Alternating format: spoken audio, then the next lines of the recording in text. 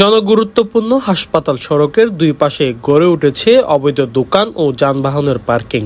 প্রতিদিন এই রাস্তা দিয়ে চলাচল করেন হাজারো মানুষ।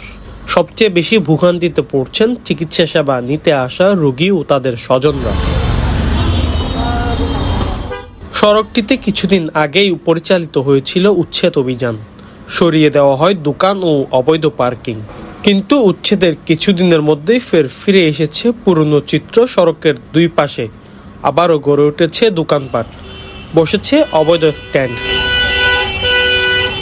ক্যামেরা সামনে আসতেই অনেক দোকানদার সরে গেলেও কেউ আবার সঙ্গে সঙ্গে শুরু করেন রাস্তা পরিষ্কারের নাটক। কিন্তু বাস্তবে রয়ে গেছে বছরের পর বছর ধরে চলা আসা বিশৃঙ্খলা। এসবের উত্তর শুধু বাহানা। অনুমতি অনেকেও না দেড় ভোট অনুমতি হলে দিব যানজট হইব, গাড়ি ঘোড়া আছে তো যানজট হইব। যানজট ছাড়া অনেক জায়গা আছে না বাজান। রাস্তা তো দখল করি নাই, দেখেন না ছোট একটা জায়গার মধ্যে বসছি। যানজট হচ্ছে কিন্তু ঠিক আছে, কিন্তু এখানে কতগুলো ট্রাফিক আছে, ট্রাফিক সুন্দরভাবে সুস্থভাবে ট্রাফিক করতেছে না। যদি এগুলো যদি ঠিকভাবে যদি ট্রাফিক যদি করতো, এখানে যানজট হতো না।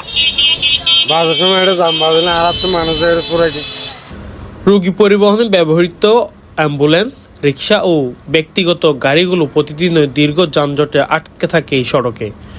মূল্যবান সময় হারান অসংখ্য মানুষ। চিকিৎসা সেবা ব্যাহত হচ্ছে বলে মন্তব্য করছেন সংশ্লিষ্টরা। সদর হাসপাতালের সামনে যেভাবে ফুটপাত দখল করে আছে, এভাবে সামনে দোকান, যে একটা গাড়ি চলাচল করলে আরেকটা গাড়ি চলাচল করতে পারে না, যার কারণে বিভিন্ন রুগী আসার পর হেনস্থায় শিকার হতে হয়।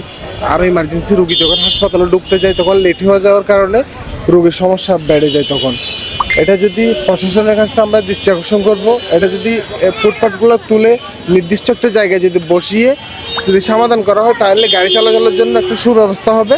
তাহলে সাধারণ মানুষও সুন্দরভাবে হাসপাতালে রুগী নিয়ে যেতে পারবে। শুধু উচ্ছেদ নয়, প্রয়োজন নিয়মিত তদারকি ও বিকল্প ব্যবস্থা সহ পৌরসভার ভূমিকা দীর্ঘমেয়াদী পরিকল্পনা ও বাস্তবায়ন হওয়া উচিত বলে মনে করছেন স্থানীয়রা।